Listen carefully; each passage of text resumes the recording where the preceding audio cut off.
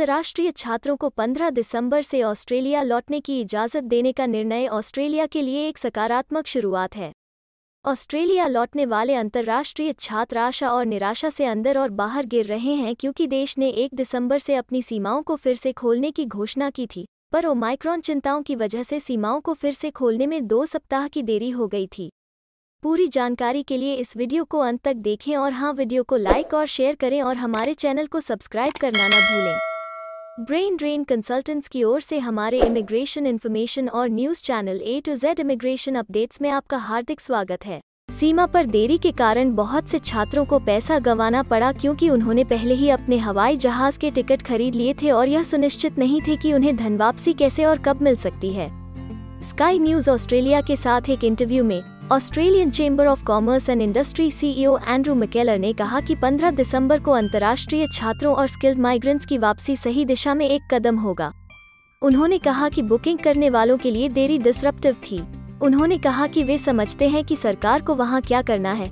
उन्हें लगता है कि यह विवेकपूर्ण था, लेकिन सभी संकेत सकारात्मक हैं और उन्हें अंतर्राष्ट्रीय छात्रों को वापस लाने की जरूरत है। उन्हें उन स्किल्ड माइग्रेंट्स में से कुछ को वापस लाने की जरूरत है और अंततः उन्हें टूरिस्ट्स और बिजनेस विजिटर्स को जाने की आवश्यकता है। इसलिए यदि वे 15 दिसंबर को ऐसा कर सकते हैं तो यह बिल्कुल सही दिशा में एक कदम होगा। ऑस्ट्रेलिया के हेल्थ मिनिस्टर ग्रेग हंट ने कहा कि वो कोई गारंटी नहीं दे रहे हैं कि ऑस्ट्रेलिया दिसंबर के मध्य में अंतर्राष्ट्रीय छात्रों और वीजा धारकों के लिए अपनी सीमा फिर से खोल देगा। उन्होंने कहा कि वे निश्चित रूप से कोई गारंटी नहीं दे रहे हैं अगर अंतर्राष्ट्रीय आगमन पर ठहराव निश्चित रूप से 15 दिसंबर के बाद समाप्त हो जाएगा। यह उस अवधि के अंत में साइंस और मेडिकल सलाह के अधीन पिछली सेटिंग्स पर लौटने का उनका इरादा है। यह अंतर्राष्ट्रीय एविडेंस पर निर्भर करेगा।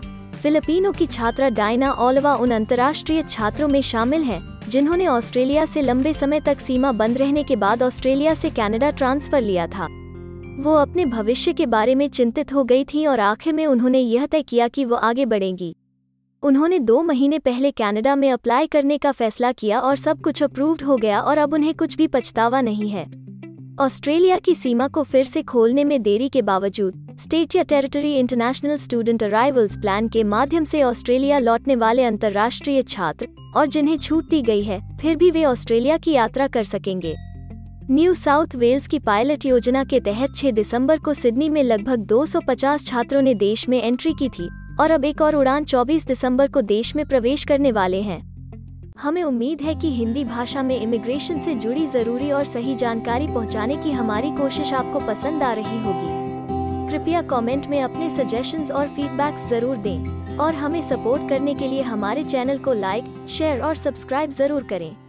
और हाँ, बेल आइकॉन को दबाना मत भूलिएगा। अपना कीमती समय देने के लिए धन्यवाद। एक और वीडियो के साथ आपसे फिर मुलाकात होगी। अगर आपको किसी और मदद की जरूरत है या फिर आप अपने विदेश जाने के सपने के लिए किसी भी चीज में पूछताछ करना चाहते हैं, तो आप हमारी रजिस्टर्ड माइग्रेशन कंसल्टेंट्स की टीम के साथ एक एक्सपर्ट काउंसलिंग सेशन बुक कर सकते हैं।